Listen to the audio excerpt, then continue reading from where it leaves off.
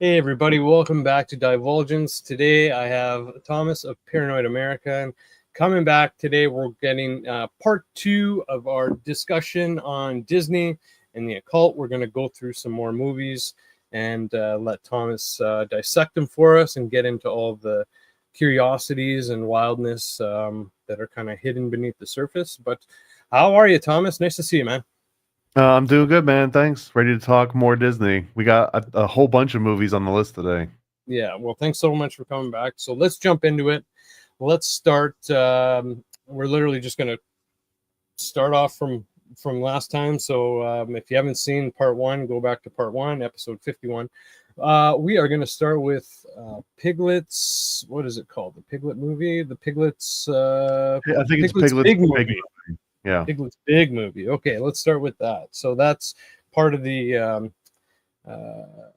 obviously the Winnie the Pooh universe, right? And we'll get into the Tigger movie as well.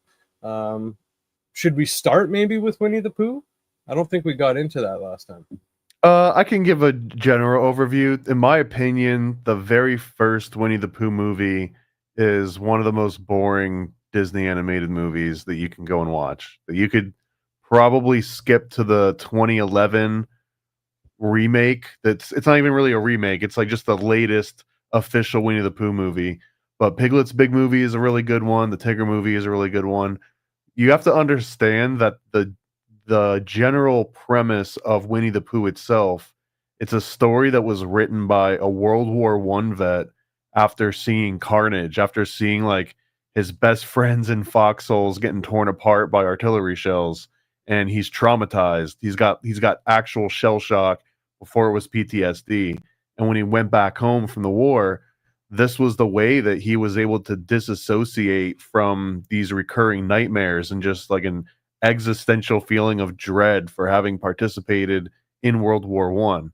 The very name Winnie the Pooh is because when he was going off to war, I think he was originally stationed or he just flew out of Winnipeg, and that's where he got this teddy bear, and it's called Winnie the Pooh because of the Winnipeg. So, and I believe he like leaves the actual Winnie the Pooh bear he leaves the Winnie the Pooh bear at the London Zoo when he's off to war, and he comes back and then he gives it to his kid. Anyways, everything that happens inside the 100 Acre Wood, which is where all the Winnie the Pooh stories take place, they're they take place in a environment where there's no violence, where things are very predictable, and where each of the characters represents. If you imagine a fragmented mind, someone that was like MK Ultra tortured into like trauma-based mind control, and they have like the split personalities. If you imagine each of the personalities in Winnie the Pooh, they kind of line up with this World War One PTSD vet. So it's one of the first steps is to understand just what each of the different characters represents in that context. And this part isn't really speculation. He claimed later in his own biographies that yeah, this was his way to retreat. So you've got Winnie the Okay. Pooh, the namesake, and he's just fueled by one thing. He just wants honey. It's just about like sensory indulgence and dopamine hits and this predictable loop that no matter what's going on, good or bad, you always know what Winnie the Pooh has on his mind. So that level of never having to guess, it removes all the chaos out of every single situation. So that's kind of what that main character, but Piglet in particular represents the anxiety of being in war. Like that's probably the most negative trait that we see in all the different characters is Piglet's Piglet. anxiety. Okay.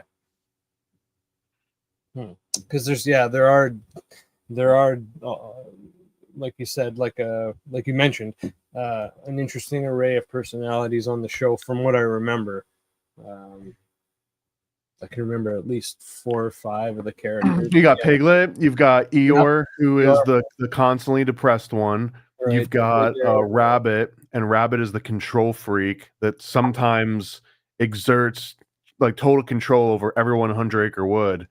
Then you've got Owl, and Owl is sort of the pseudo intellectual that is always making sure that he's got an explanation for something, even if it's the wrong explanation. And again, these are all the traits of a mind that's going through actual trauma, that's trying to not recall battlefield carnage. So retreating back into this place and having each of these characters represent these feelings that would come up in a quick way to just suppress them again. That's the entire premise. Like, we would literally not have Winnie the Pooh if it weren't for this one author that had shell shock in World War One. Like, the war produced Winnie the Pooh.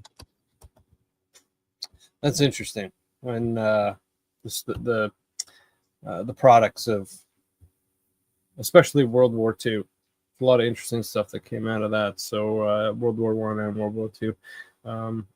But yeah, okay, cool. Shout out to Winnipeg. That's cool. Shout out Winnipeg, Canada, for sure. Manitoba. So I can give some specifics about Piglet's Big Movie in particular. Let's jump into it. The idea of Piglet's Big Movie is that there's a journal that Piglet has been writing down all of his different memories, like all of his favorite things that have happened with him and his friends. And the book gets lost, and eventually we see it gets ruined. They go and find it, and they accidentally drop it in a river, and it just dissolves essentially. And this corresponds with Piglet losing all of his memories. So in a weird occult reviewing of this movie, and knowing that Winnie the Pooh is essentially a military movie, it's a military psychological operation of some kind. Like, you can stretch it because it was in place of a PTSD aftercare program that didn't exist for the original author, right? So technically, it's kind of like this military therapy. And in Piglet's Big Adventure, it's kind of showing how somebody can completely have their memory wiped, and then as the movie progresses, they start drawing and writing new memories into Piglet's kind of like his diary, and those become his new memories. And as I'm watching, I'm just thinking, this is the exact premise of the MK Ultra program, is to wipe somebody's memories and to redraw them and replant them. And there are a number in the new movies and in Piglet and in Tigger. There's a lot of things that you could probably categorize within NLP as all sorts of really interesting story anchors and command words. And I think maybe because it's written for almost like a juvenile audience, but the way that it's written, again, you're taking the wisdom of a self-medicating World War One vet, the thing that was allowed him to bring peace to his own mind, and now we're giving that therapy for a World War One vet directly to 3-year-olds, to 5-year-olds, to 7-year-olds, right?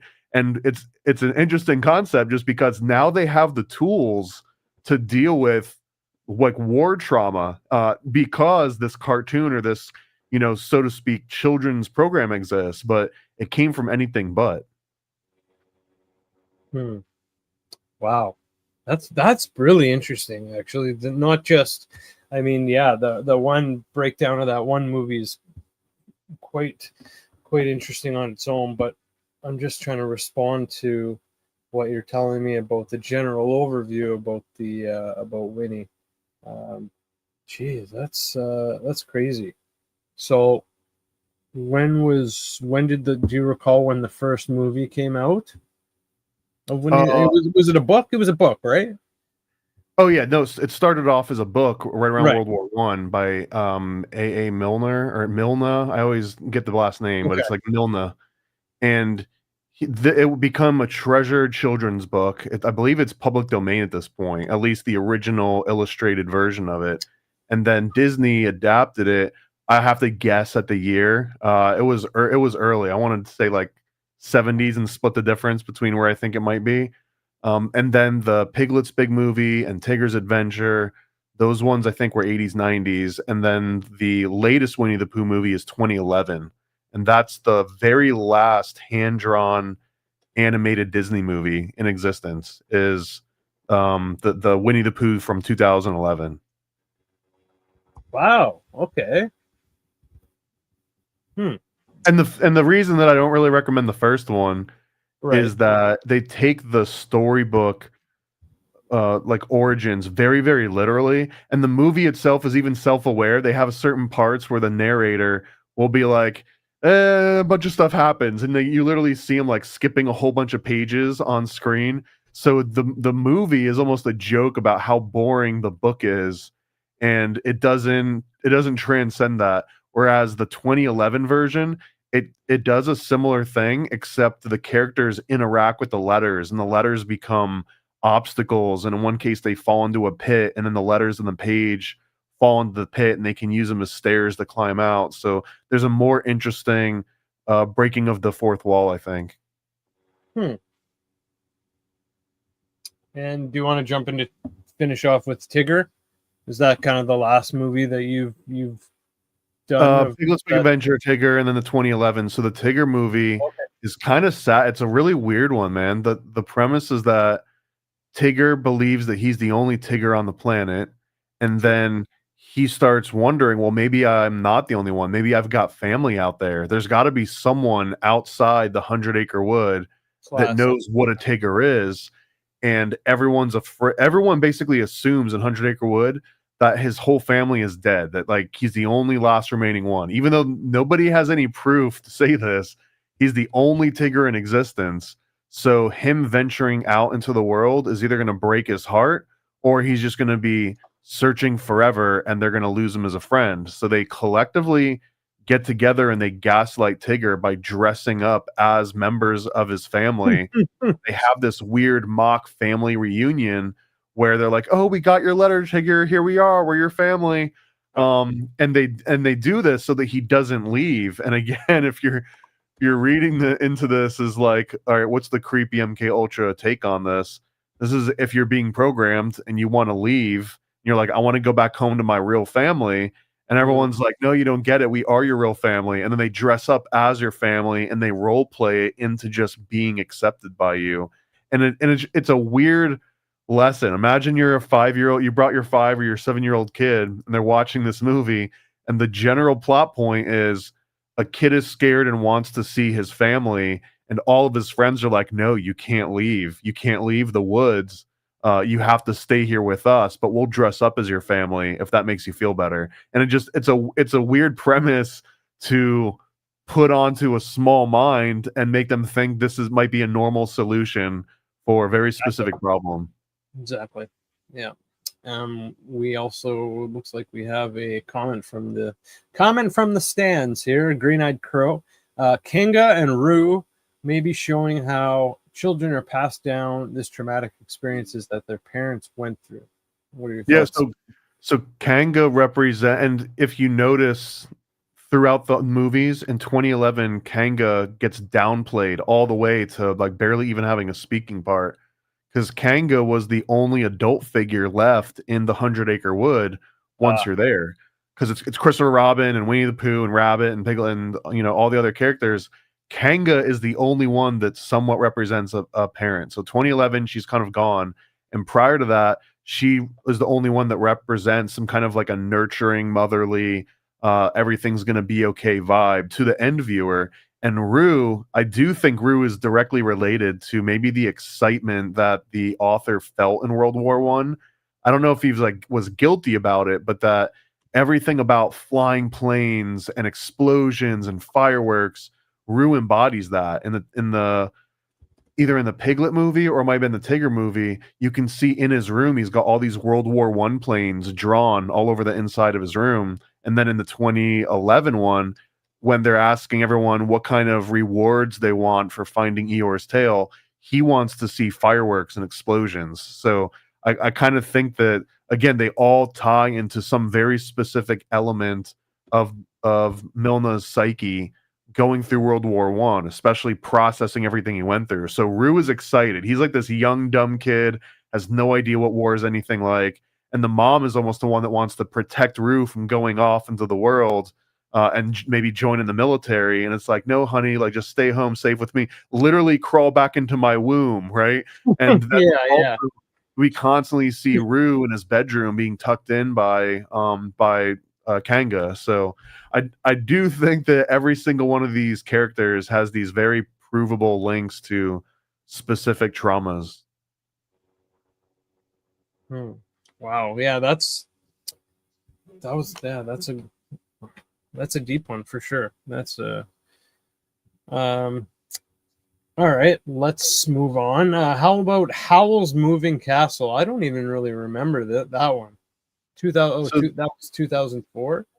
yeah, Yeah. normally this one wouldn't seem like a Disney movie, but this is a Studio Ghibli movie, which is one of the more popular anime studios. They do like My Neighbor Totoro. They did Howl's Moving Castle, Spirit Away, Princess Mononoke, and the only reason that anyone in the States might know what those are is because they went through Disney for distribution. I think Buena Vista Pictures, but they used Disney's distribution channels.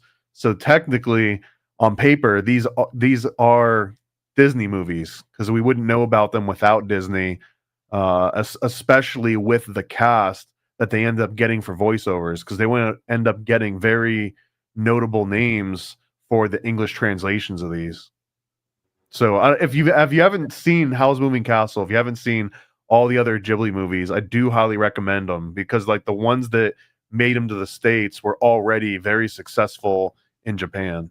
And Howl's Moving Castle, I think a lot of people's some of their favorites. It's Oh, it's kind of surreal, and it's about a literal castle that's kind of alive and it's flying around, and it almost is it's acting as like some aesthetics from early 1990s sort of cartoons. Yeah, that's the cover of Howl's Moving Castle. And there's like a scarecrow character that almost gives it a little bit of a Dorothy sort of effect to it. I think that it pulls from a lot of different cultures, but this was a lot of people's entry point, I think, into this. And this one has World War II connections because they're at wartime and they're drafting wizards and witches into the military, and I believe it's in like in a World War II style military conflict. hmm. Yeah, I definitely have not seen any of these kind of movies, and you're right. It definitely does not look like uh, a Disney movie, right? Yeah, these ones are way more occult. They get directly into magic right away. Like the girl's name is Sophie or Sophia. What so like she represents this knowledge, and there's literally like a falling star that relates to her direct storyline. So like falling stars and Sophia, and just like all these different wizard wars. So the breakdown of that movie is really interesting because we get into real wizard wars during World War II. Like there was one between Aleister Crowley and Hess, and that they were apparently doing like magic battles across the world in favor of the Allies and the Axis. And I don't know that Huh. it's an interesting thread to just go down outside of the Studio Ghibli movie. Wow. Okay. Take note. Um, how about here's another one I haven't seen. Treasure Planet.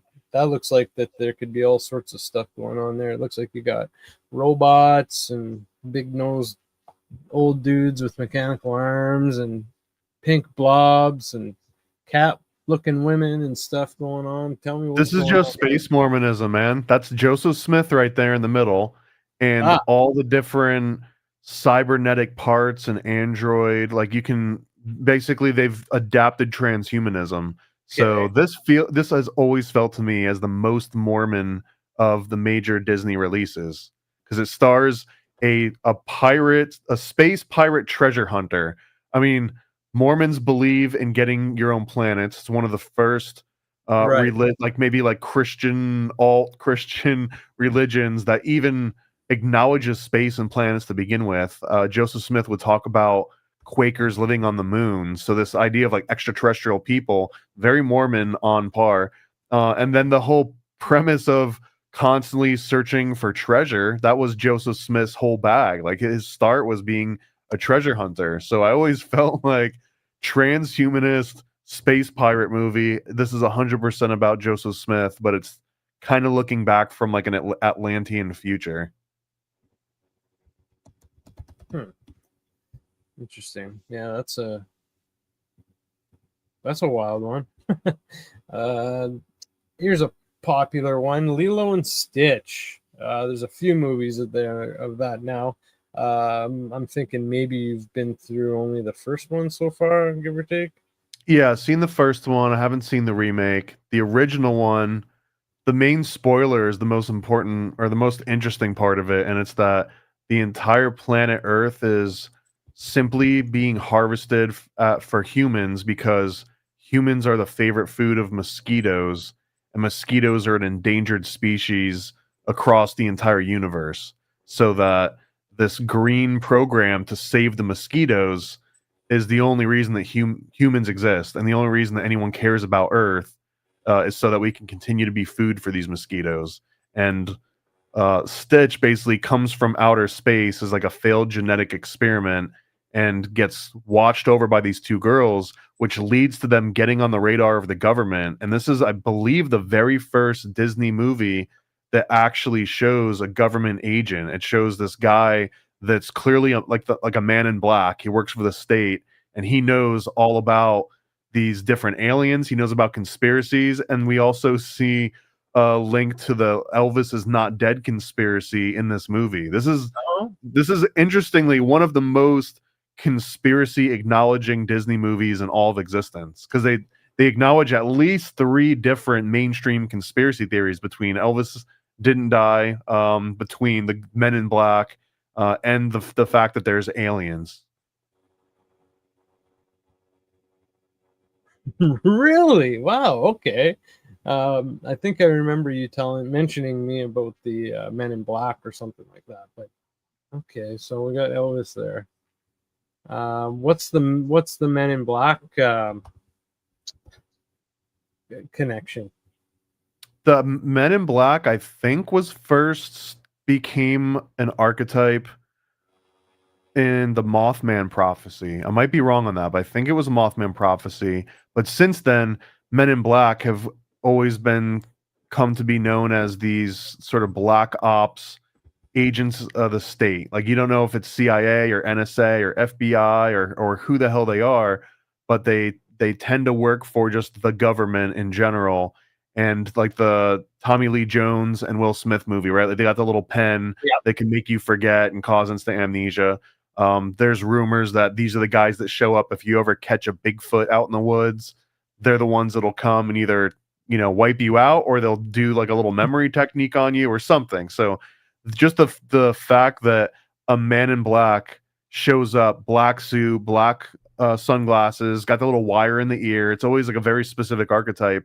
Oh, Whenever for sure. you see them in the 80s and 90s, these guys were ubiquitous. You'd see them in the background of a cartoon and you would just know, like, oh, it's a Man in Black. Like, it would usually be a gag. But this is the first time that we actually see Disney acknowledging a modern day Man in Black, in terms of an actual character that's not just like some background piece. That's cool. And the aliens. Okay. There's the mosquito. And they're showing you the diagram that, where the humans are just mosquito food, and that's the reason Earth exists, is so that humans can continue to feed mosquitoes. Interesting. All right. Let's see. Where to next, my friend? Of course. Monsters Inc. That's a good one. There's a lot of interesting things there, including like an adrenochrome nod, and I think you've also done Monsters University recently, so you guys should check that episode out. So yeah, run us through the Monsters Inc. movies. Yeah, so let me ask, have you ever seen Little Monsters with Kevin Arnold and I want to say Howie Mandel? And it had this monster that lived under his bed, and he had like a jean jacket and like a weird horn and like a George Michael cross or something on his ear. Yeah. Can't say if you, I've seen that one. If you haven't seen this, I can't see how Monsters Inc. would exist without this movie existing first, because it's about a kid that becomes friends or gets to enter the monster world through this portal where the monster's coming up, and the monsters are here and they're supposed to scare you. And if they can't scare you, there's like issues. I won't get into a Little Monsters review, but I highly recommend at least watching it once. It's maybe not the best movie in the world, but it's interesting to see for the first time. So this kind of walked so Monsters Inc. could run in some way. the thing that people bring up the most about Monsters Inc. on podcasts at least is that Yeah. whole like adrenochrome connection. And I think it's probably the best illustration of what the surface level adrenochrome conspiracy theory is. And it's that they scare and torture children to harvest their fear into some kind of a vial or a tube or a canister, and then use that for some other purpose. In the context of Monsters Inc., it's what provides them electricity. Like their entire world thrives off of what they call scream, and those are scream canisters. So they have to scare children and make them scream, and then they capture that in order to power their world. So that it's a pretty direct example of what adrenochrome has come to represent. And it's red, but I don't Yeah. know if that's the scream or if that's just the meter on the side. Right, but I mean, it looks, for sure. It looks So more some like, of the deeper ones of this too is just this gets a little bit silly, but also interesting. That in the very first Monsters Inc. movie, they open up in a training room. And the training room has like a little mechanical boy in a bed, and you have to like sneak up. It's kind of like a practice yep, thing, like a yep. cheap danger room. And in that first scene in the bedroom, there's a soccer ball right under the bed where the monsters would basically come out from. So the soccer ball has this, it almost became a meme, but that the actual shape of the pentagonal soccer ball tile, the black tiles, that it represents this isomer, I think, or Right it's here.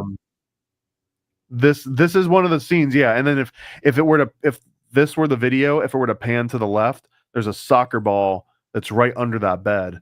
And anyways, the shape Okay. of that soccer ball does represent the skeleton formula of adrenochrome. If you were to look at adrenochrome, Really?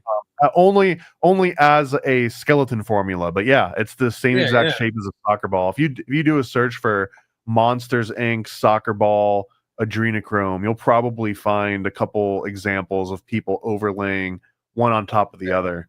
There's the soccer ball there. I don't know. That's probably not the right. That might be the right one. Yeah, the soccer ball under the bed.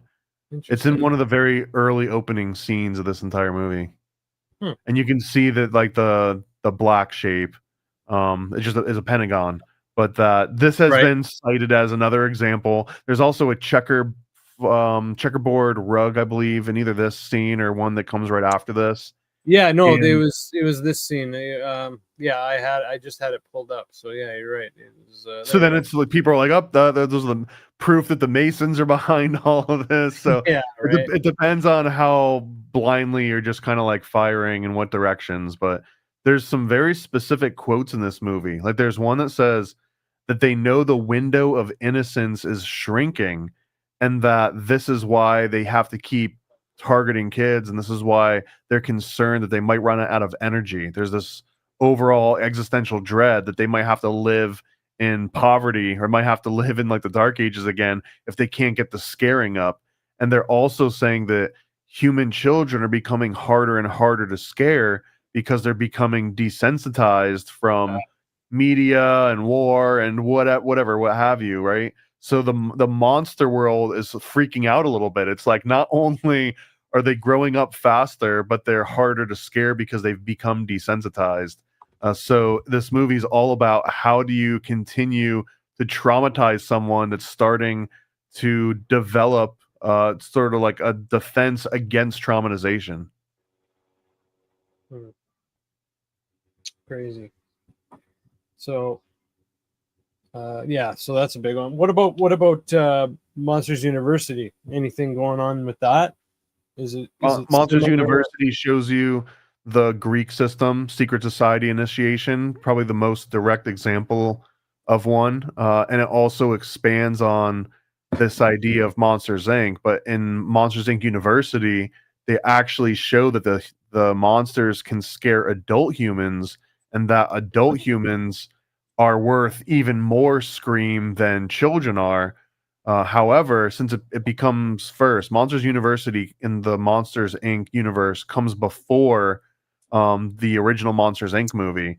But by the time we get to Monsters Inc., It's they've children. decided that they're just going to go after kids because going after adults is too risky, even though the reward is higher.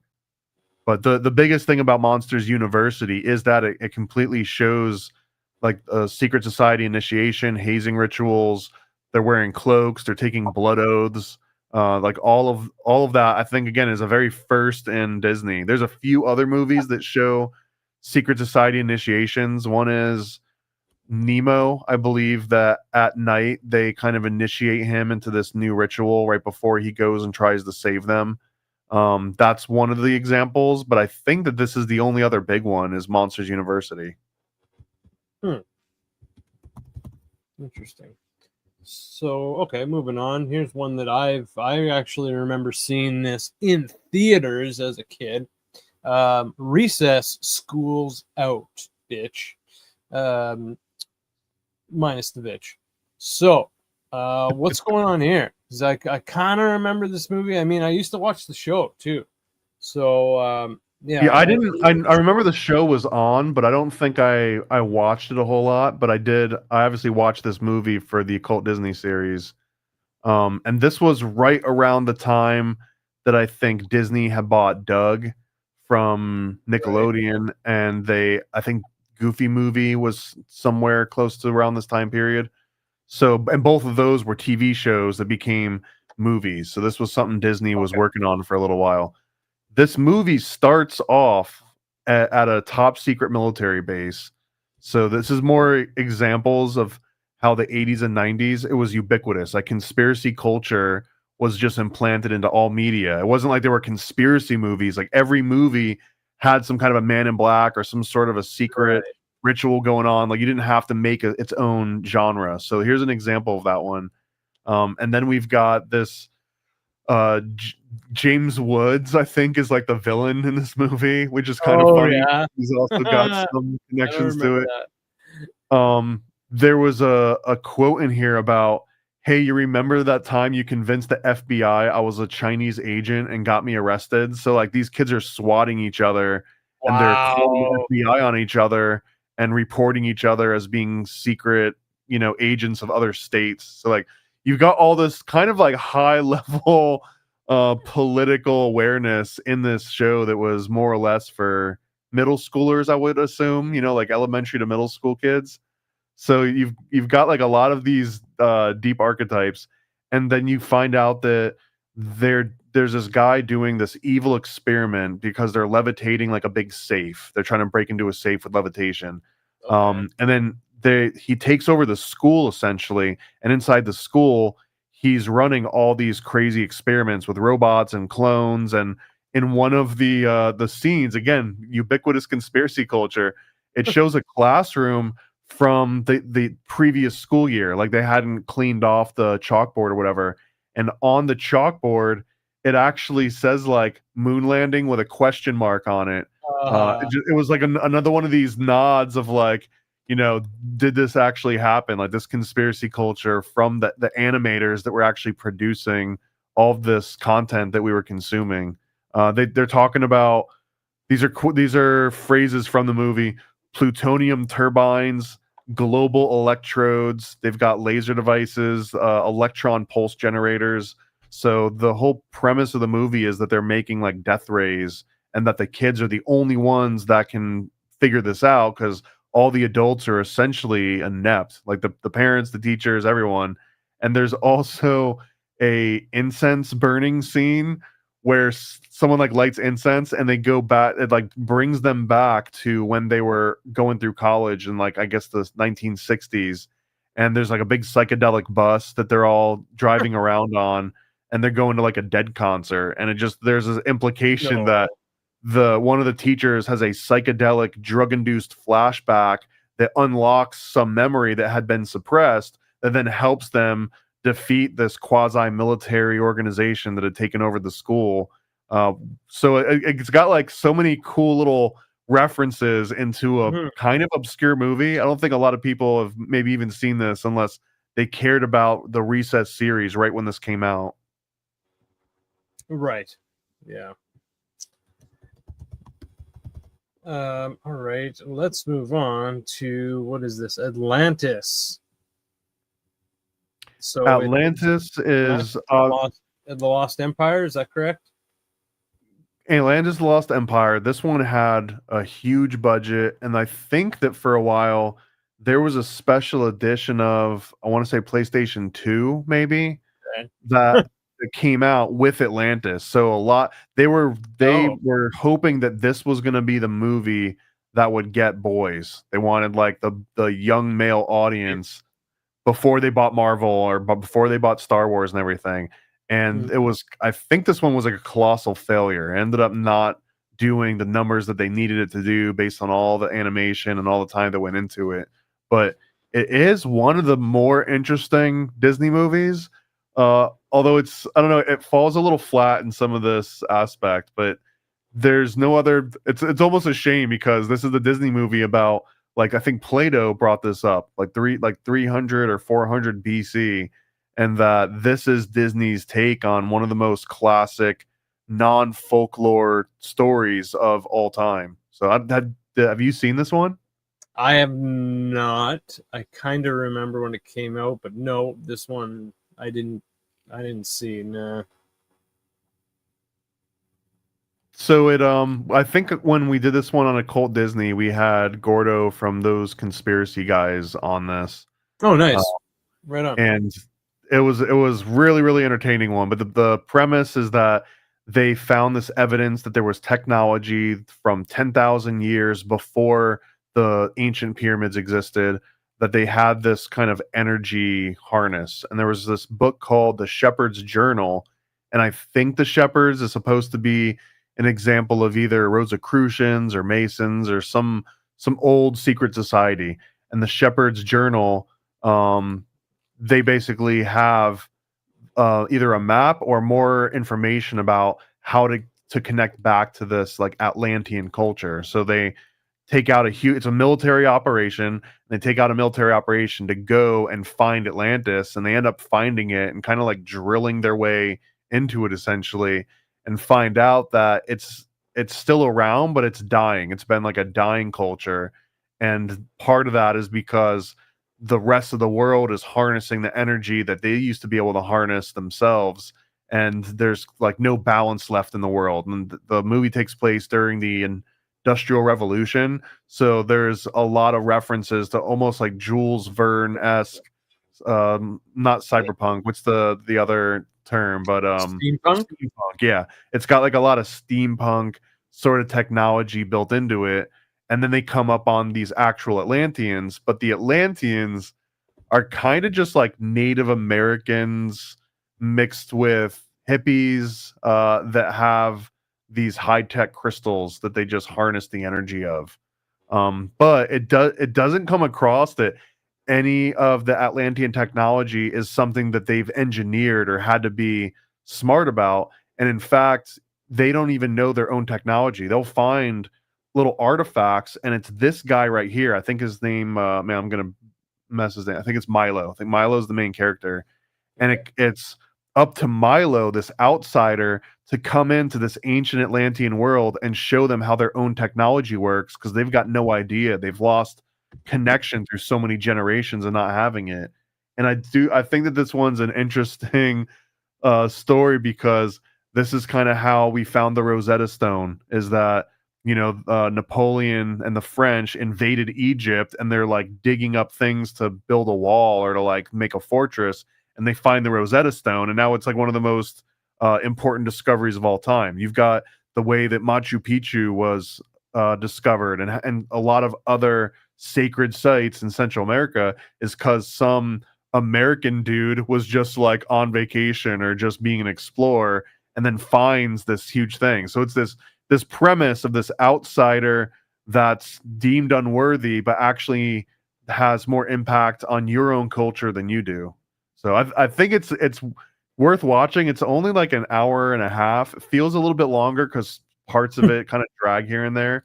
And then at the end, the state turns on all of the non-state actors. So again, it's got like this built-in, the government is always out to screw you over vibe to it.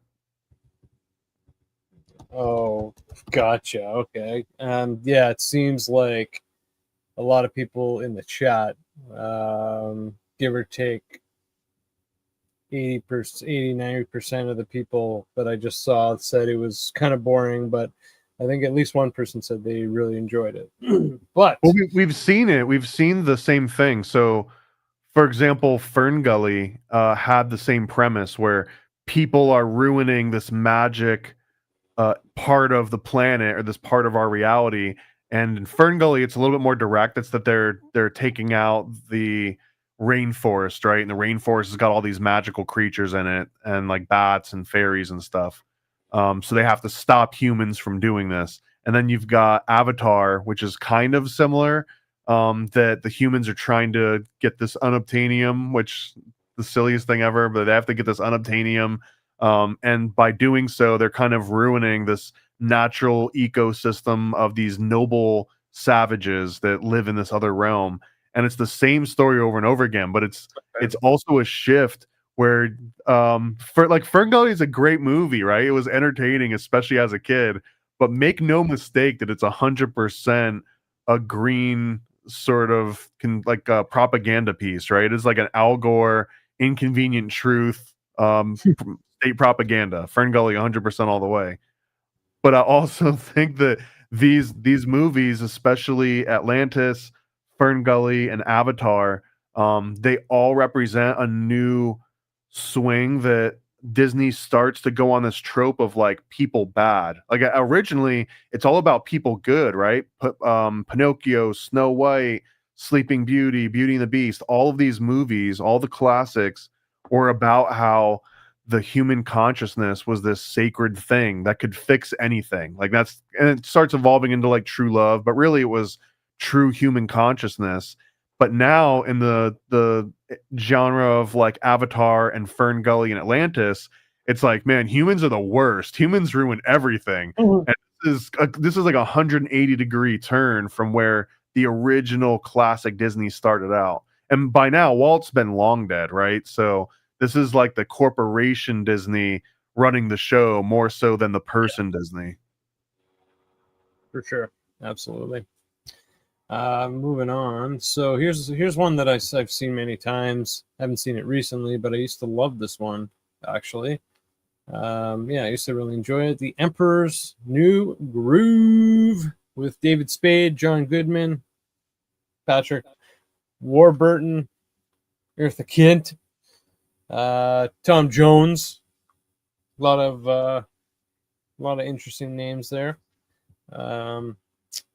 Yeah, I enjoyed this one. Cusco, Kronk, and then they made Kronk's New Groove. But And there was a TV show too that this spun off into, and they had even more episodes. Yeah, I didn't get to see any of them, but it came up when we did an initial review of this one. So that the Emperor's New Groove, it's really nothing like the Emperor's Clothes, like the story that you're used to hearing. Yeah. So if you're going into this movie expecting that, it'll completely surprise you. And in fact, I think that the movie surprised even the people that originally wrote it and made it, because it went through so many different rewrites. I don't know if they switched directors out. Disney starts to do that a lot as they go on, but this one, it had so many stops and starts and rewrites that there's a lot of premises that get set up early on in the movie that don't deliver, they don't pan out, and it just becomes a little bit of this like ADHD schizophrenic feel that for a lot of people works. Like you were like, hey, I love this movie. Like you might have ADHD if you like this movie because it doesn't really stick to a very cohesive plot throughout the entire thing, but there's lots of interesting visuals and subplots, and it's about the Incan Empire in general, and there's definitely some kind of like occult or at least like quasi paranormal links in this movie. You mentioned one of the names is Cusco. There's also a reference to Saxe Woman, and Saxe Woman is where they've got these huge walls that are built out of these multifaceted stones that all fit together, and you can't even slip a sheet of paper between them. It's like one of the wonders of the world still. But the movie itself It's about political manipulation. It's about like a blue blood elite with the intellects of fleas. I think they actually say that. They say the blue bloods with the intellect of fleas, kings and catty tyrants. This is from the song, I think, the opening song. And they say they're better suited swinging from trees. And I was just wondering if this was a reference to like them being dumb like monkeys, or Yeah. better suited swinging from trees, like lynch them all, like take them all out, because both there's a little bit of a play in there, and the Incan Empire wasn't necessarily known for their pacifism. So obviously you don't get any of the Incan warfare or rituals in this particular movie, but you get some of the aesthetics that would like represent some horrible things going on in like the background. The ideas that this old man gets in their way. And I did take a note that he gets thrown out of the window and dies at exactly 3:22, which some people skits out over that particular Yeah. detail. Skull I don't. Bones, right? Yeah, I don't ascribe importance to time codes and things happening in movies, but for Oh those no. that do, a person dies at exactly 3:22 into this movie. And then there's this concept of Pacha, and Pacha, um, there were, I think it was meant world or above, because Hanapacha was the world above. So it's a reference to this afterlife. So I I don't think that if you watch this movie, you don't really fully get a breakdown of Incan mythology, but they definitely pull from the names and they give the names to like the right different people. There's like a whole breakdown of like dualism in here. Yasma, who's the old lady, and she looks like an anglerfish if you look at her. I think that's probably the silhouette that they based her original character on, was an anglerfish, which is a fish that like lures you in with the little lights and then like bites Oh, you, that one. chops you up. Oh, okay. And there's a lot of scenes in this movie that again show like checkerboard patterns and checkerboard floors, which was definitely not an Incan motif. Yeah, there's like, I'm pretty sure that this is the original I can see that. silhouette that they started with, I can was see this that. anglerfish. I can see that. For sure. It's one of the more visually entertaining Disney movies for sure, but the fact that they had so much fighting going on in the background during production and they kept jumping around where the story was going to go, it can't make a true top 10 for me, because Really? it's somewhat incoherent, even though it's got like cool little glimpses of things that could have been. That's interesting.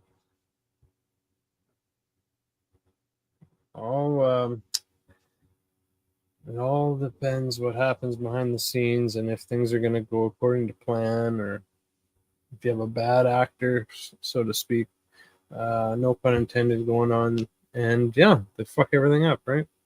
Yeah, I don't know how much they were expecting with the lead of David Spade. He wasn't even the bad part of this movie. He was actually pretty serviceable. No, I didn't mean bad actors by like the actors. I just meant that's why I said no pun intended. I meant like just anyone involved, just not acting in good faith or fucking around, or not getting together and sticking to a script, or any sort of I think part of that is I got to live on the inside of some of this. Like when Yes, I was when Monsters University was being produced, that was the last big production that they were working on while I was at Disney, and that I actually had a chance to work on some ancillary projects for. I didn't work on the movie, but they had a couple video game Monster University video games, and I got to work on assets and animation for the video games that came out, which definitely did not get as much exposure as the movie did. But what happens a lot, man, is that the Disney corporate machine, they will rely so much on these test audiences, and a test audience will come in, and I've seen it for myself, and just straight up have the wrong opinion on something that's legitimately good. And I know like how maybe it's closed-minded that might sound, but I've seen it. I've seen a very well developed idea that was clever and had the right look, like it had everything that it needed, but then you just get they would literally go into the park and be like, hey family, do you want us to comp the rest of your stay here and put you up at the contemporary hotel, and here's an extra fast pass or whatever. Like, hey, like, come in here, watch this movie, play with this product, do this thing, play this game, and let us know what you think of it. And there's so many times when someone would just like they just didn't get it, and it wasn't their fault, but it definitely wasn't anyone else's fault, and it should have just been scrapped. But so often those audience feedback scores will be like, oh, we need to stop everything, we need to hire a new writing team, we need to change course, this will never work this way. And with all the different Disney movies that I've reviewed so far, one of the most consistent themes is that the movies that Disney thinks that are going to blow up and be like these huge blockbuster smashes are usually ones that fizzle out. And the ones that at the last second they were gonna do a direct to video and they were like, let's do a theatrical release, whatever. Those are the ones that end up blowing up. And they never like Lion King, for example. That one, I think originally that they didn't even think that was going to be their A movie. That was like their B or their C movie. And there's like these 3 different tracks. And consistently, Disney will be wrong about which movie they gave priority to in relation to which movie actually was more well received. And I think that this movie is an example of that. The whole entire Emperor's New Groove is them trying to like chase this dragon that they've never been able to trace. Like they probably have less than a 50% accuracy, meaning that if they just flipped a coin, it might have a better like result than Disney execs trying to guess whatever the next big thing's going to be. Wow, that's interesting. Yeah. So sorry, for people who haven't watched the first part yet. You used to work at Disney, so that's pretty interesting. What was I don't know if I asked you this before, but what was your favorite project that you got to work on while you were there? My favorite one was designing the inside of the Epcot what is it, Spaceship Earth. That I don't know if you've been to Epcot before, but there's this huge ride inside the big geodesic dome. What is Epcot? Is that a what do you call it? An acronym? A theme park or something? No. Yeah. So you've got Magic Kingdom, which is the biggest Disney park, and you've got Animal Kingdom, and then there's Hollywood Studios, which is where I worked out of, and then you've got Epcot, and Epcot was, I think, the second park built in Orlando, and it's a recreation of the world. They've got a section that represents each country or each like region of the world. So as you walk around Epcot, you technically like travel through the world.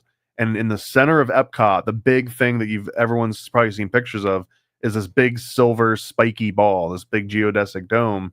And inside that dome is a slow ride that basically talks about human technology. And it starts out with a caveman like hitting 2 rocks together and making fire. And then it kind of ends with Steve Jobs making a computer with Wozniak inside of a garage in like Silicon Valley, and everything in between all of those.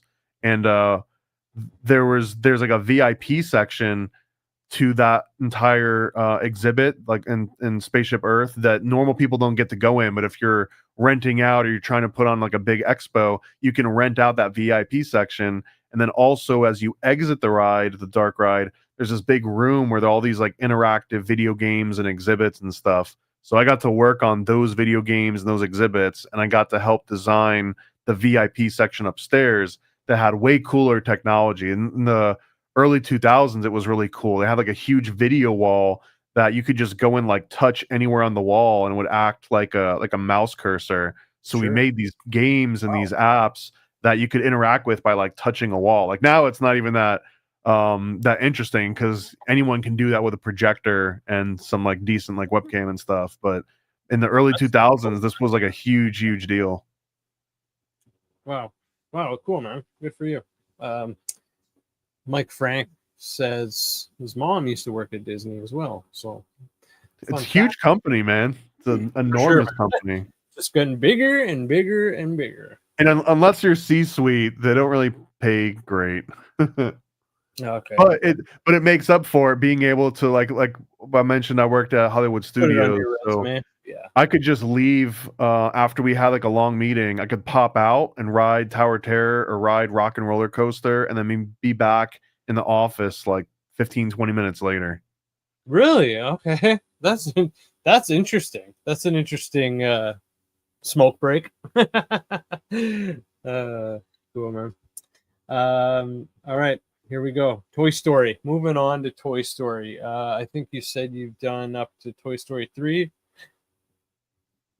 Tell Yeah, us about Toy Story 3. what's going on with Toy Story. In my opinion, this is the most evil of any Disney movie franchise in existence. A I lot can of see. people bring up the nudity in The Rescuers or the secret messages in Aladdin Right. or what the sex in the sky in Lion King. There's all these examples people bring up. This one, they don't even hide it, right? Toy Story is about assigning souls to your material possessions and never wanting to give them up. And it's kind of a weird thing because Toy Story 1 is lays out the entire premise. Toy Story 2 is where the toys are going to be bought by someone that doesn't appreciate them. They're going to be bought by a collector, and the collector's going to send them out to Japan somewhere, and they're just going to live inside of like a glass case, museum style. And they don't want that. They want to be interacted with people.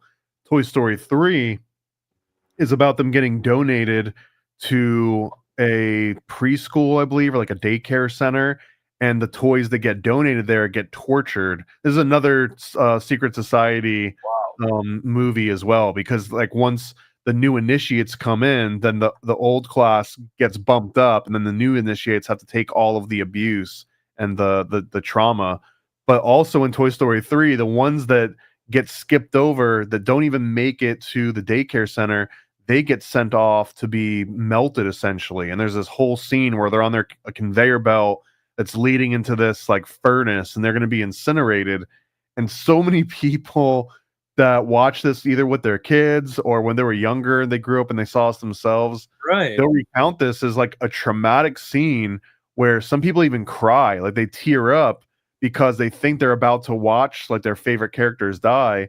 And to me, this is the most insidious because people are feeling like they're ready to cry and feel emotions over toys. And this whole premise of that they also have to be licensed toys. They can't be homemade toys. They can't be knockoff toys, because in Toy Story 1 and 2, we see that Sid, who's a next door neighbor, Sid takes all these broken Oh toys man, and he Sid is so reassembles them, crazy. right? Any Oh, what story? Oh yeah, he like he repurposes them? reassembles broken Yeah. toys and he makes new toys out of them, which honestly, if you think about it, like this is what Fern Gully wanted you to do, right? Instead of going out and buying more plastic junk, take the things that are available to you, repurpose them, and now you don't have to go and consume more garbage and create more garbage in the process. And Sid, that's all he does. Sid just makes toys out of broken toys, and he becomes a villain. They make him like he's Dr. Frankenstein because he would dare not buy a brand new licensed toy directly from Walmart .com, right? Like the fact that he would make his own toy or do his own thing means that he's a bad guy. So the entire premise of Toy Story is to venerate your material items, especially ones that are officially licensed by Disney, and that they love you back, and that you need to actually cherish them and feel bad for them in case you outgrow them. And so that's maybe a pessimistic version of it, where they're just glorifying materialism and they're drilling that into kids' heads. Like they're telling a child what you have to remember. It's not just us that are seeing this. There's a 5-year-old watching this, like, Yeah. wait, my toys love me and I can't give my toys away. I don't know how many hoarders Toy Story ended up creating, but it's probably more than 0 people. The other premise of Toy Story is that from the toys' point of view, they're loved by their god. They have a direct connection with their actual god, right? The one being that they exist for. And over the course of the movies, basically first he goes away to camp, I think in the second movie, and in the third movie he's going away to college. Like he's done with these toys. He doesn't need them anymore. and the toys themselves are going through this existential problem of like, our God is leaving us. What's our point? If our God no longer wants us, then like, what are we even doing here? And there's even like some implications of like some just like murking themselves, like just like cutting themselves off because Oh, God wow. has left them. So these are pretty heavy topics for kids, but I feel almost offended that it makes children love their material possessions. Jeez, crazy, man. Yeah, that's pretty grotesque when you think about it, for sure. And that right for that screenshot right there is one of the more controversial ones because there's like two Barbie The legs leg, connected to the little fish hook thing, and yeah, that character is known as the hooker. nice. I love it. That's amazing. That's beautiful. um, all right. Next up is Tarzan. Yeah, not to be confused with George of the Jungle. Tarzan. Let's get into Tarzan a little bit. All I right, feel like Tarzan's an interesting one because the concept of Tarzan is that the British aristocracy was so meritorious that you could literally take an orphaned British aristocrat, put them in the middle of the jungle, and they would still become the best thing in that jungle. They would become king of the jungle because British blood was superior to any other blood on the planet. And that is literally the true concept of where Tarzan comes from. It came from like a philosophical thought of the original owner, or the original writer. I'm blanking on his name right now. But the that writer of Tarzan. of Tarzan, yeah. It was the one of the most popular stories of all time, and it even turned into the Edgar Rice name. Burroughs. Yeah, Edgar Rice Burroughs. There's even a city in California called Tarzania that was named after Edgar Rice Burroughs, because of how popular the story was. And then it turns into a bunch of like old school movies, but the whole premise is that he was kind of a supremacist. Edgar Rice Burroughs was like a Rosicrucian style supremacist. He believed that the British aristocracy had one of the most elevated consciousnesses on the planet, and that's why they deserved India, and that's why that they were allowed to do all of the imperialism that they had been behind, and that Tarzan was literally a story that you could put a British aristocrat into any environment, and they would become a dominant of that environment. And Tarzan was just one of the many examples. There's also some subplots of Tarzan where he goes underground and he runs into people that had like been so backwards, like Hollow Earth people, and there's almost some like some racial connotations that it gets into because again, this is like the early 20th century. But I do feel that this is one of the more interesting stories once you understand why the Tarzan story exists at all, and the fact that we've got like a children's cartoon about it. There's Hmm. also some interesting theories that this movie might be related to Frozen because the parents in Frozen take off on a boat in order to go somewhere and they get shipwrecked, and that's the original story of Tarzan, is that the two parents got shipwrecked, have Tarzan, and then they get mauled by like a jaguar or a tiger or something. Okay. Huh. What are your thoughts on that? Do you think there's a connection there? To Frozen, I don't think so. I think that the most interesting part of Tarzan is this British aristocrat supremacy philosophy that Tarzan represents being the dominant species, the dominant bloodline. Hmm. Okay. But yeah, this is a fairly popular theory because they spell it out in a few different ways. Hmm. Never heard of that one. Uh, how about? Oh, here's a good one. I love this one. Bug's Life. Yeah, this one's based on the story. I think it's an Aesop fable. Um, the grasshopper and the ant, was it? But the, Yes. the premise is that the grasshopper would sit around and play music all day while Yep. the ants were, harvesting constantly, always working, never taking a break. Even though they got to enjoy the benefit of listening to the grasshopper's music. And then once winter comes around, the grasshopper is out of food and is potentially going to starve. So then the ants kind of like share some of the food with the grasshopper. Or I think there's some iterations of the story where like the implication is that he just dies, and that's what you're teaching your kids is to not mess around during harvest season, and that you actually need to help plant the crops and harvest the crops if you want to survive. Bug's Life inverts that because the grasshoppers have decided that, well, we want to be able to not have to do all this work, and we're bigger than these ants. So if we just convince these ants that they have to give us a cut, right? They're almost like mafia bosses. They're going to like Right. putting the squeeze on all the local shops, and that you have to give part of your earnings directly to these grasshoppers, or else. And the or else is just because they're big. And then slowly over the course of the movie, Bug's Life, they realize that hey, we're bigger than these grasshoppers are, and they kind of do like a violent overthrow of the government in a way. Yeah, exactly. Yeah.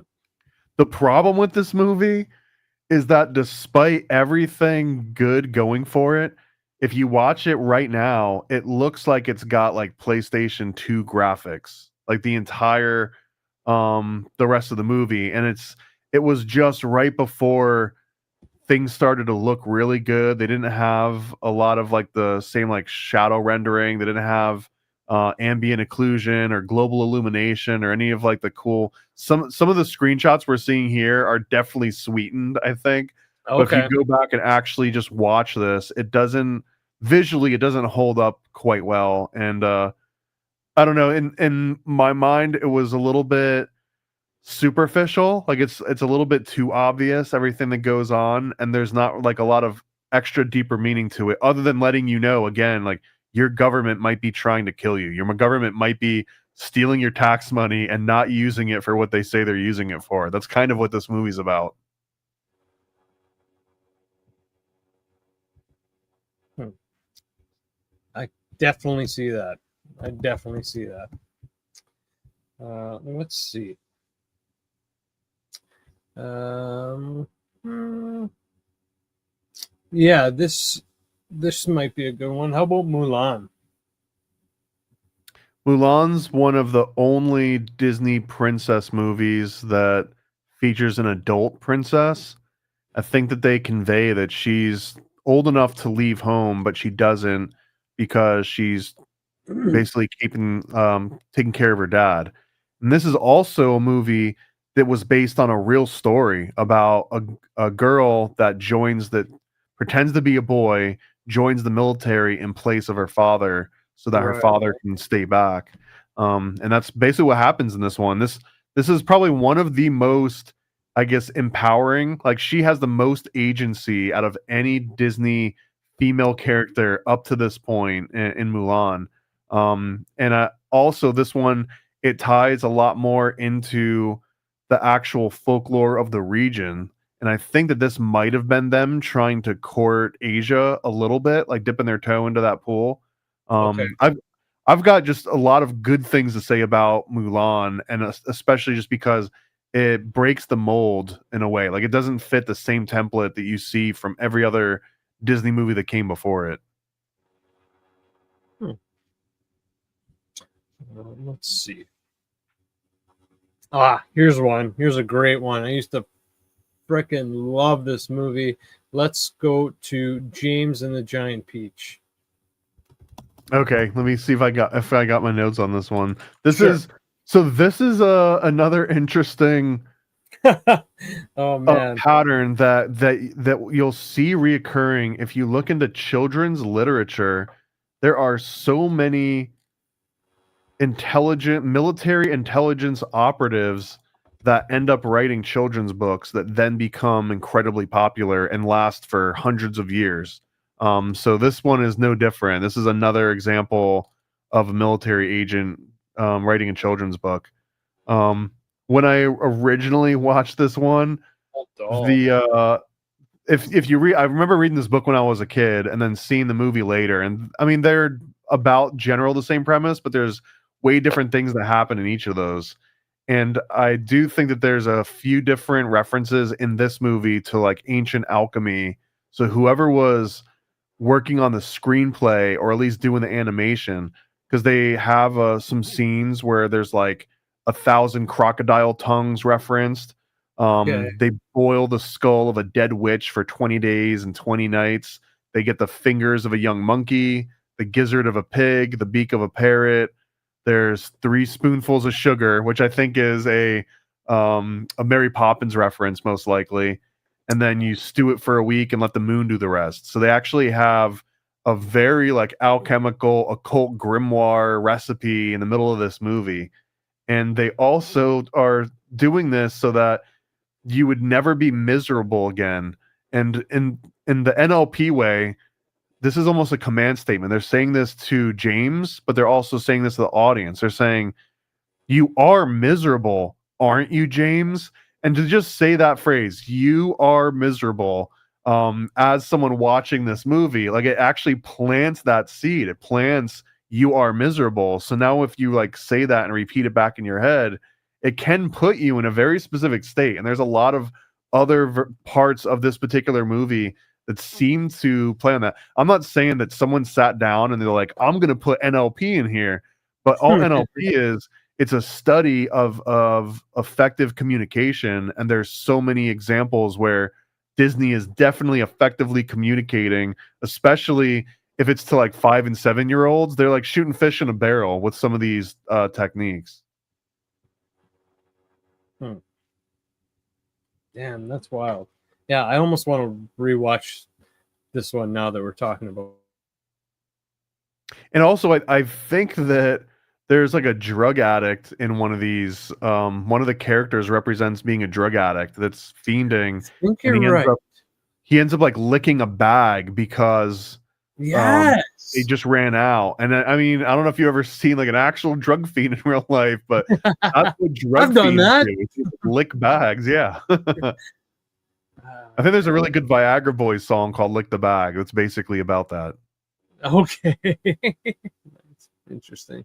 And Okay. I want to say in that scene, I don't remember how direct this quote was, but someone mentions offering him fish scales during this like addict phase where he's like licking a bag.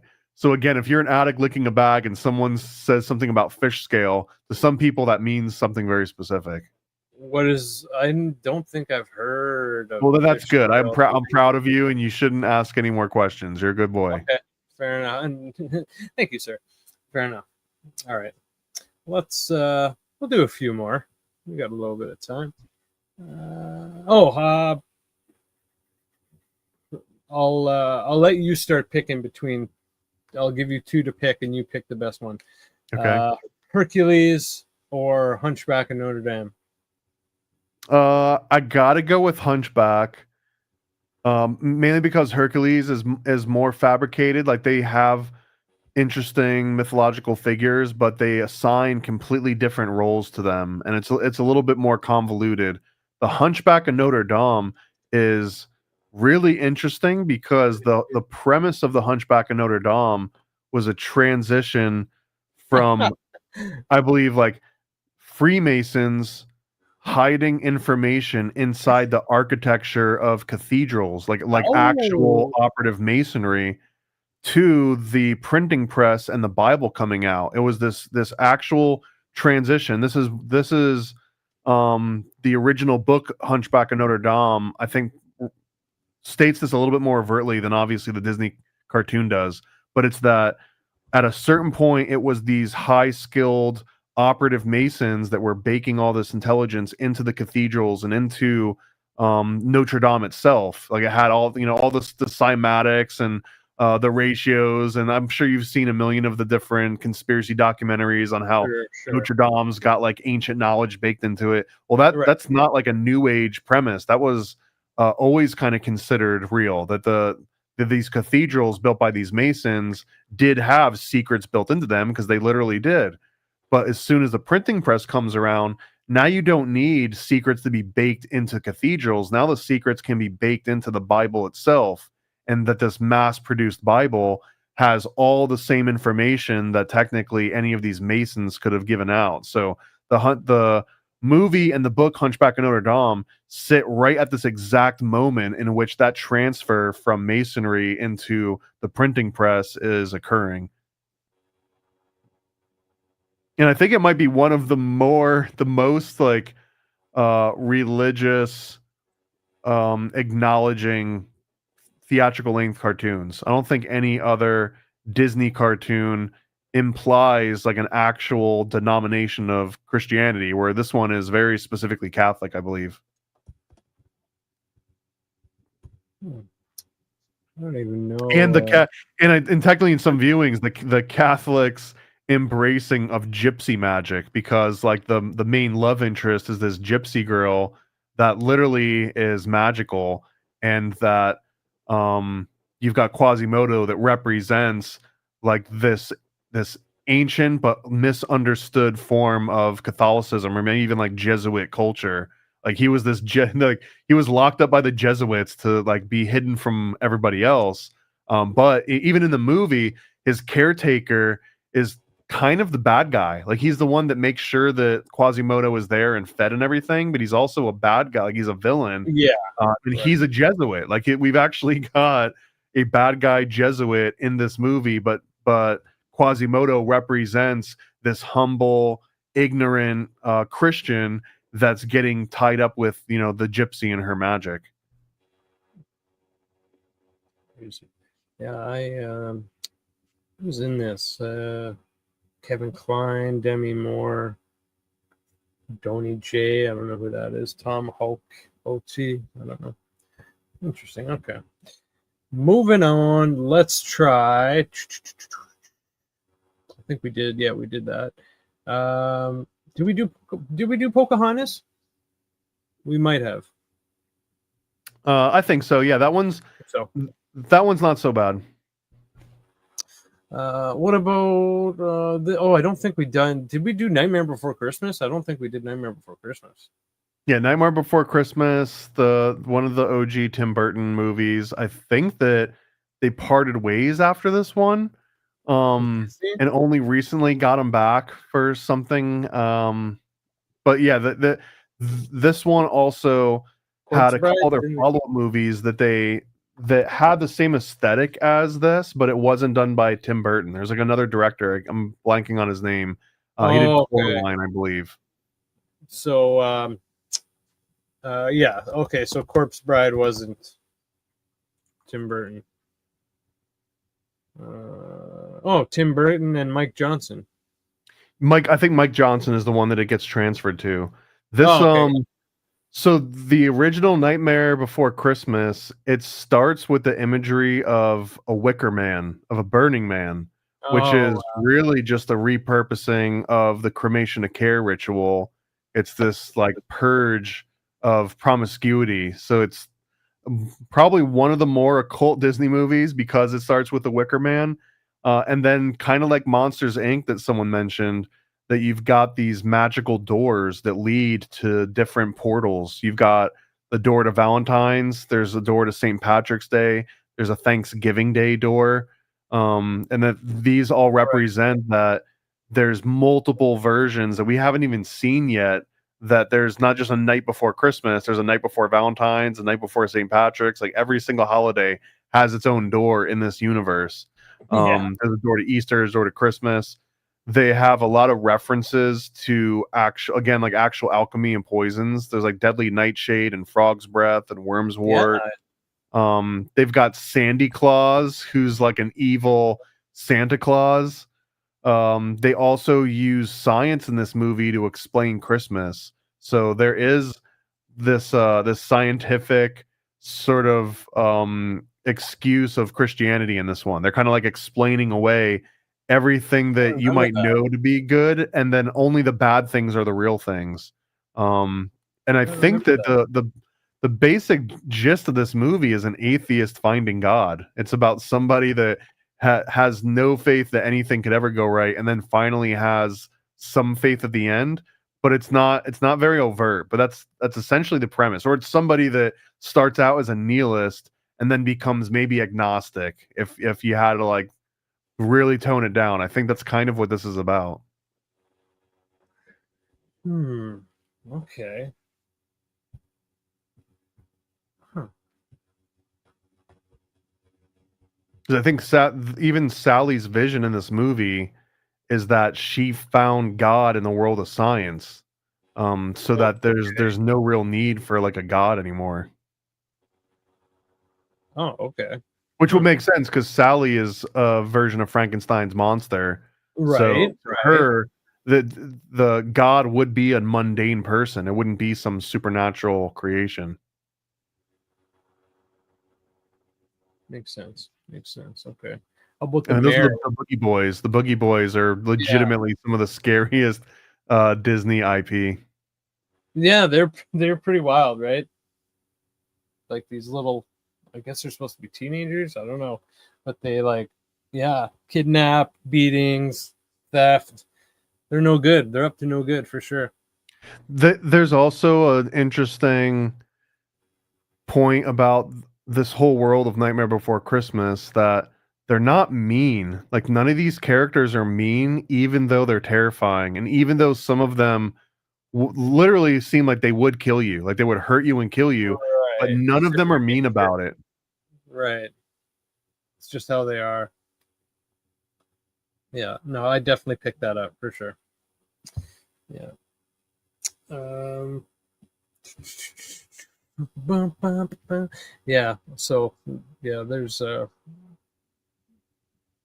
feel like there's a lot going on there, like you said, with the different holidays and the religion tropes and stuff. Um, so yeah, that's pretty cool. You know, there was a movie where about a kid's dog that dies and he brings it back to life. It's like Frankenweenie, I think. I think that Right. was so Frankenweenie originally started as a short that Tim Burton did with Disney, and I think that's where they parted ways.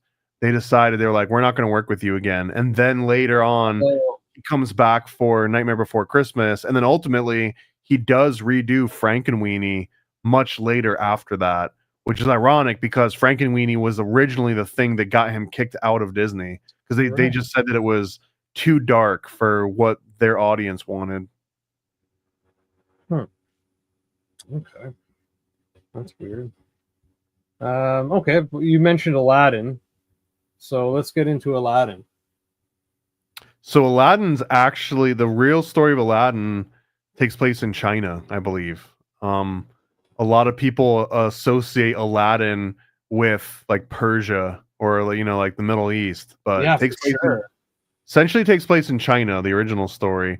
And this one, it's really about just a guy that lies to a girl to get into her pants and to get her riches the entire time. And then he's using this jinn magic in order to help lie to her, right? So I don't know. I've always seen Aladdin as one of the bad guys that always gets venerated as a Okay. good guy. But I mean, if you did this today, there's some countries I assume like what he does would maybe even be like illegal. And I don't just mean like stealing apples from the market. I mean like swindling a princess out of her riches under all these different false pretenses and using magic to do all of it. And then everyone's kind of warning her, but she's she's not there to see it because she completely falls Right. for this jinn's magic. Hmm. This one was part of the Disney Renaissance too, when they've first just started making it a comeback, and it also had a censored intro. So I'm sure if you went on YouTube, you could find the original intro, but the original intro song, I believe they had to change it because it was deemed controversial soon after release. Really? Yeah, it was Okay. something about Jafar turned himself into this like old man. I'm telling you, very, very beginning of the movie, he transforms into this old man, and there's like a song, and I can't remember what the song is, but the song just implies like a barbaric culture. And I guess after this got a little bit of a spread, they end up changing that part of the song so it didn't imply that Middle Easterners were barbaric. Gotcha. Okay. Wow. What else? There's a read that Apu is Aladdin's literal conscious. That everything Apu does is representing what Aladdin actually wants to do. There's Jafar has a snake staff that when the eyes start spiraling, then you'll go into like an MK Ultra hypnosis state, which again is kind of like this Men in Black technology, which you'll see reoccurring through a lot of different Disney movies. Once they've got this trope of I can hypnotize you and steal your memory, you see them playing on it more and more often. This one also, man, there's that I haven't made a list of the exact movies yet, but as we're going through these, there are like 3 or 4 or maybe even 5 different movies that have the exact same quote, and the quote is the golden rule, which is whoever has the gold makes the rules. And I think that, Right. this made its way into a whole bunch of other movies too, but this comes up in at least 4 or 5 different Disney movies where someone states what this golden rule is. So I've always thought that was interesting too, because that's not actually the golden rule. The golden rule is treat your neighbor as you would want to be treated, right? That's supposed to be what the golden rule is. Apparently not. And then there's 3 rules that the jinn lays out for Aladdin. 1 is that he can't kill anybody. 2 is that he can't make anyone fall in love. And 3 is that he can't bring people back from the dead. Right. And, Yes. and these are all, these 3 things are the only rules that guide him. And then the third wish, of course, is that he wishes the genie is free. And then that like releases Robin Williams from whatever he was tied to this lamp. But again, this movie is Aladdin is the bad guy. Aladdin has been lying to this girl the entire time, and he doesn't really offer anything of true value to her. Every single thing was gaslighting and lies. That's wild, man. And I think that Aladdin is one of the movies too that has a rumored like sexual programming message, and there's a certain scene that's all good teenagers take off your clothes, or all teenagers take off your clothes. Although, it's one of those things that if someone tells you here's what you're about to hear, and you can read it and then you hear it, you can make yourself hear the thing. But there's so many other examples of what actually happened here. Apparently there was originally an extra overdub session that they forgot to turn down the volume of one of like the tigers or something, and he was like telling a tiger to be quiet. I can't remember the exact details. This is like the official story of what is being said in this one part, because you can hear someone whispering. It's just the ADR level, they turned it down instead of completely muting it, I guess. I don't know, maybe it is a secret sexual message. Again, I still think teaching your kids to love their toys in Toy Story 3, that doesn't need to be like whispered in the background and like covert, that it does way more damage to a kid's psyche than maybe hearing someone say all teenagers take off your clothes. Right. Well, interesting fact there, man. Thank you for that. Here's another one that I used to really enjoy. Not sure why. Oliver and Company. Was it just an age thing, maybe? Was it just like the thing that got put on when you were a kid? It was, yep. Oh, Billy Joel's in it. I didn't know that. I knew Cheech Marin was in it. Joey Lawrence. That's right. Roscoe Lee Brown. Dom DeLuise. I remember he's in it. Yeah. Bette Midler. It's essentially Oliver Twist, but animals. One of the main characters' name is literally Pagan, Pagan, which I thought was interesting. It's Fagin. Fagin, okay. Well, I'm gonna say it's Pagan. Yeah. Well, it's like a mixture of fag and pagan, right? They show the Twin Towers in the opening of this movie. This is one of the most modern Disney movies, I think. It shows Coca-Cola ads, USA Today. There's a Tab ad. There's a Kodak ad. There's Yamaha keyboard ads because they're going through downtown New York City essentially. Right. And then it also has people in the intro listening to like hip hop on a boombox, and then it I goes remember to like that. the Spanish Yeah. Quarter, and they're doing salsa, and then it shows the Chihuahua who Chico, who's Cheech Martin, and he's got like a black headband, so he's kind of like a chulo. So it's one of the very first Disney movies that takes place in modern times. I think the only other one before this one would have been the Aristocats, but even the Aristocats Used to love that took one, place, too. I think, maybe like 10 years before it aired. This movie, I'm pretty sure this is the first Disney movie that takes place in the year that it's released. Pretty previous to that, every other Disney movie was taking place like either in some fantasy time period or hundreds of years previous, right? Like old, like folksy tales. So this one does stand out, and maybe that's why some people gravitate towards it, because it was maybe the most relatable. Like it represented things that you actually saw out in the real world, and it had accents that you heard out in the real world instead of some like British crap that you're never going to hear here in America, right? So this one also has this Disney proxy concept that I mentioned in the last episode. Disney proxy is that Disney kills the parents or kidnaps the kid, or the kid gets lost, and then the very Right. next authority figure that shows up is going to be whoever is going to be on the merchandising. So this one does that. Oliver gets abandoned as a small kid.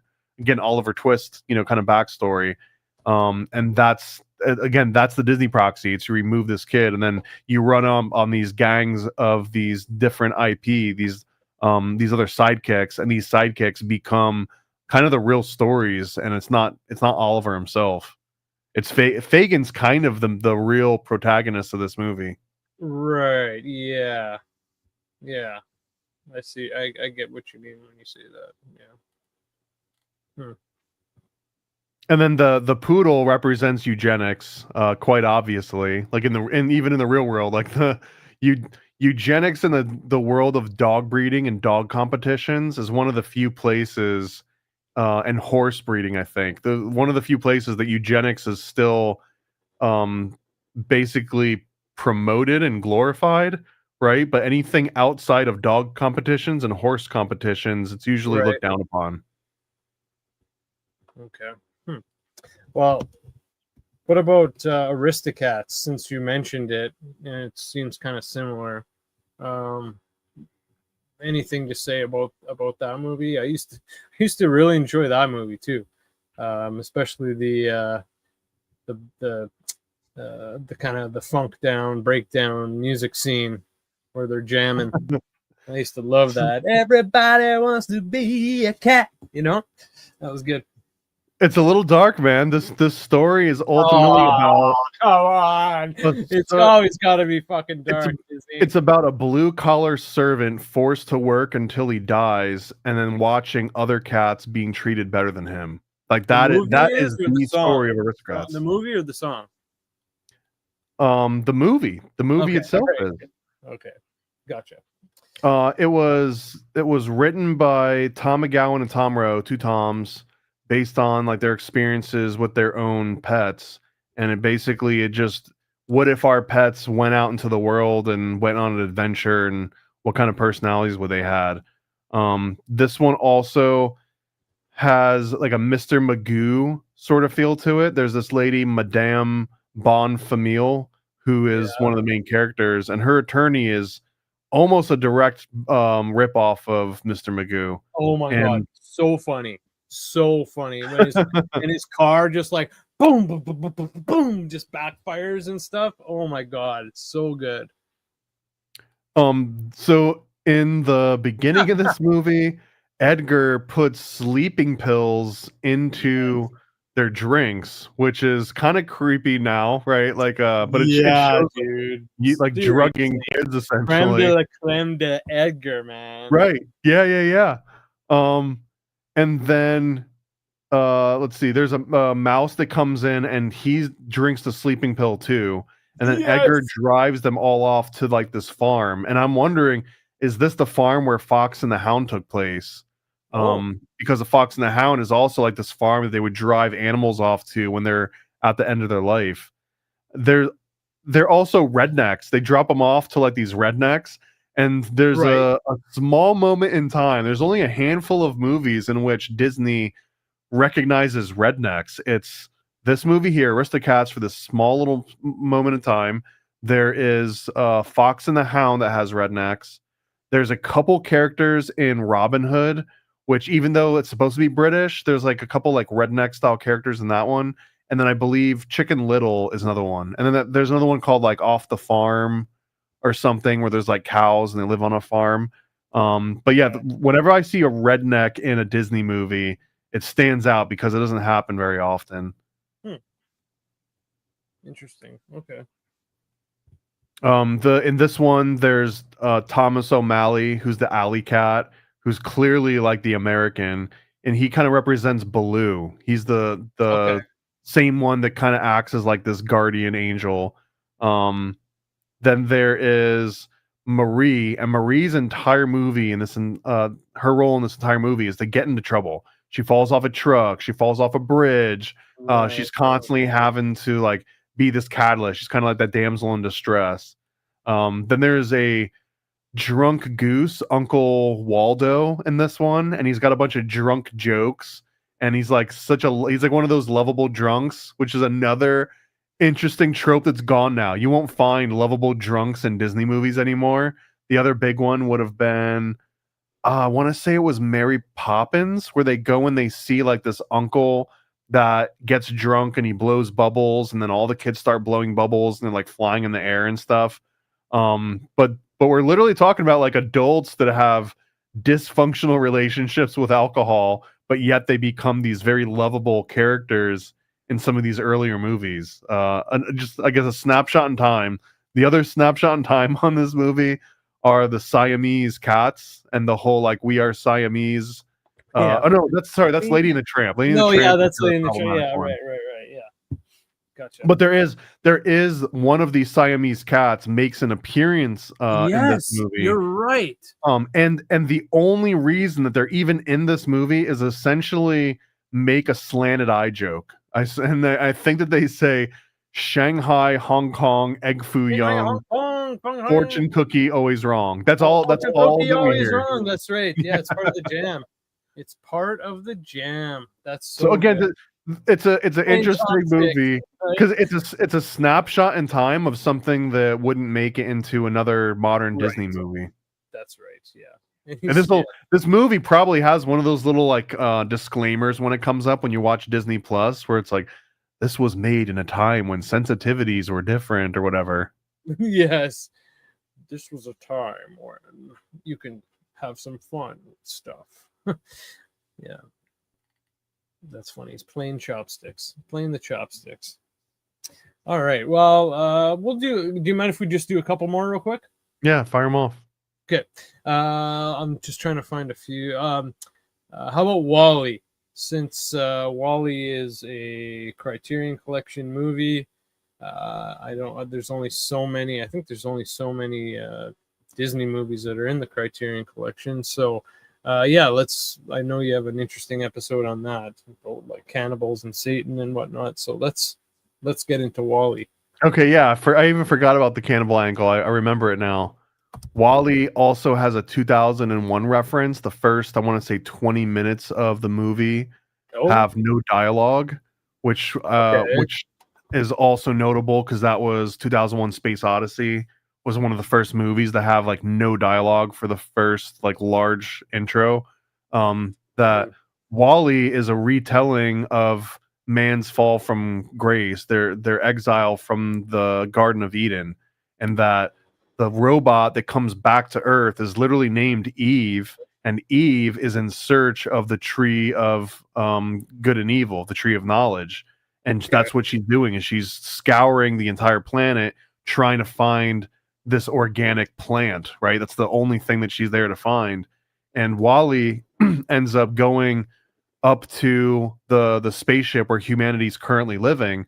And there is a scene on that spaceship when they're showing all the different captains, and the captain that dies right before we get to see this Wally movie. It's, I believe he lives to be 666 years old, like exactly on the dot. Or sorry, it was that they had been in space for 666 years, I believe. Um, Oh baby. which is just a very specific reference. And the whole premise of Wally is that he wants to learn more and more information, and when he gets up to this spaceship, that he can tap into their sort of mainframe, and he gets a download of all human history.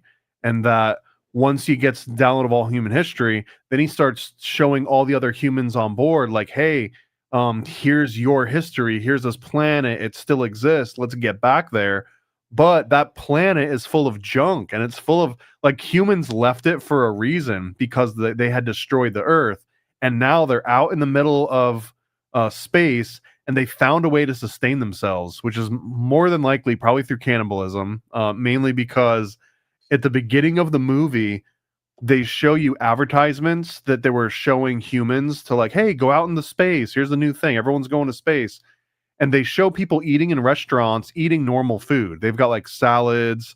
One of them goes to like a hibachi grill, and they're eating like little pieces of like protein of some kind. But then when you actually go into outer space, everybody is just drinking smoothies the entire time. It's the only food they have is smoothies, and you don't see any old people. So the cannibal theory is that once you get to a certain age on this spaceship, that they just kill you and they turn you into some kind of a protein shake and then serve you to the rest of the people on this spaceship. So, and it kind of makes sense, because it's like, how else are they getting food in the middle of space, especially if they don't know how to create new organic matter? They don't have a biodome. And that Wally, I think, was based on an older movie called Silent Runnings, and Silent Runnings was about a guy that was trying to grow a garden in outer space. Dude, Silent Runnings with Bruce Dern is so good. Andreas told me about it, and I can't believe I hadn't heard of it before, because I love classic movies.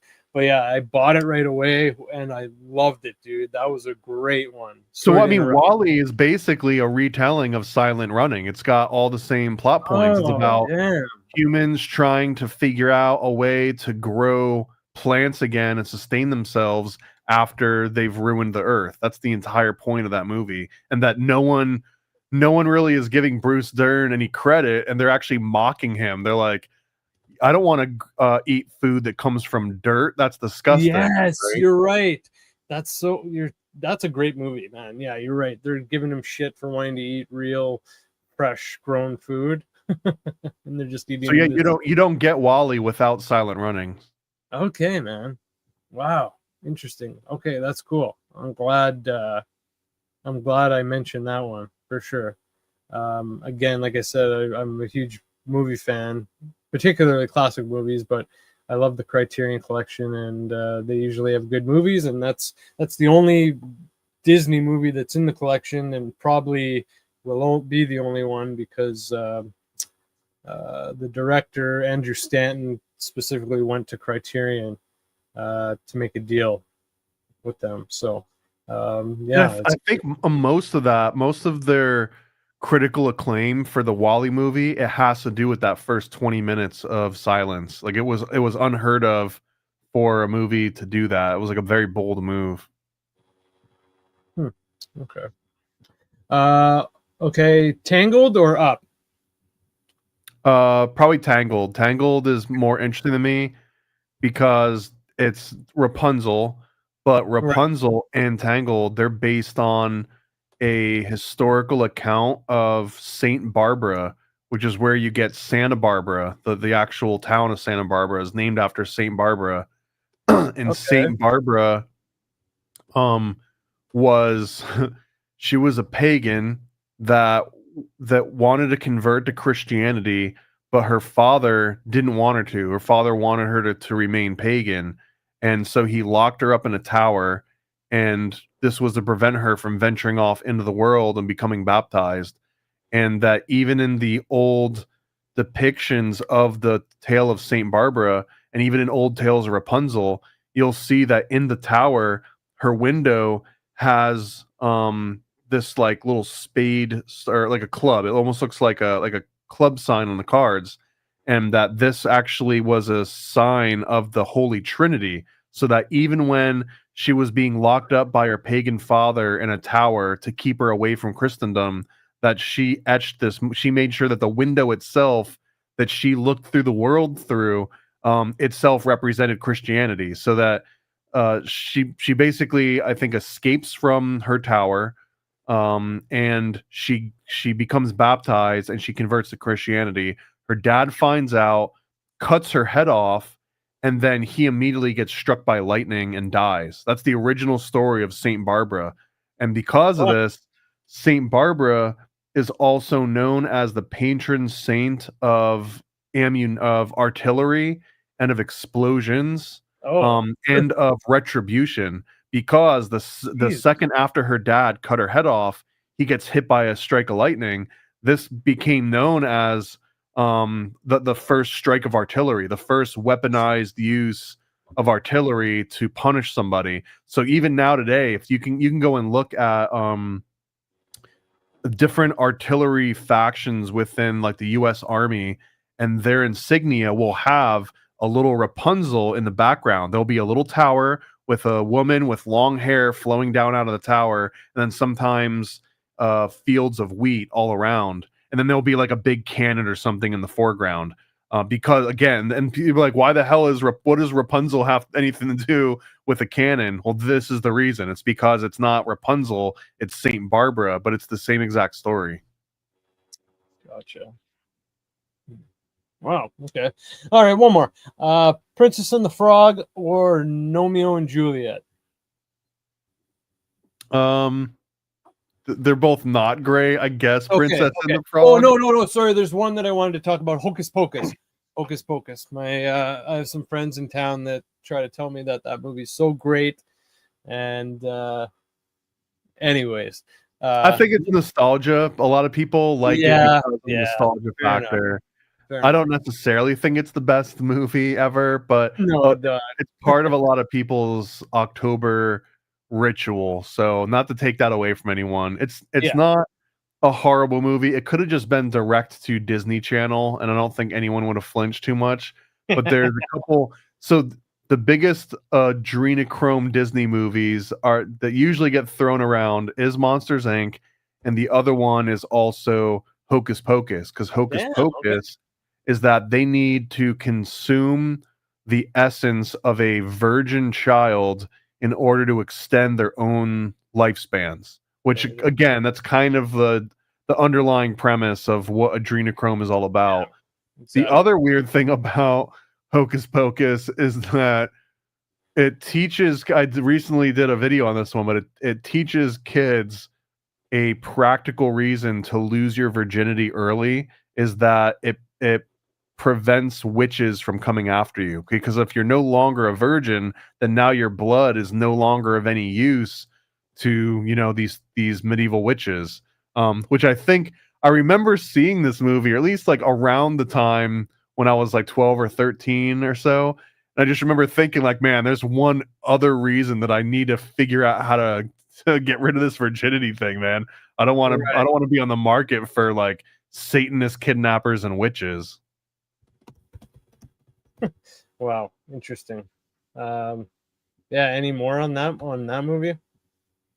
I mean, the basic premise is mostly rooted in anti-Semitism. The caricature of the witches themselves, not to mention that Bette Midler and Sarah Jessica Parker playing the roles. They're both Jewish, but that the entire archetype of this witch that would try and steal children and use their essence and live longer, and they had the crooked nose, and that all of the different potions that they would work on, all of these are kind of rooted in like blood libel accusations from like the 1100s and slightly earlier than that. So it's interesting again how certain very specifically like horrible stereotypes become beloved characters, and that it's I don't know, it'll only be a matter of time, maybe another 50 years from now, when people look back at Hocus Pocus and be like, man, I can't believe they were allowed to do that so overtly. Yeah, man. Fair enough. I feel like there will be a lot of movies that will be like that. I mean, we're already looking back at them, right? It's like, what the hell's going on?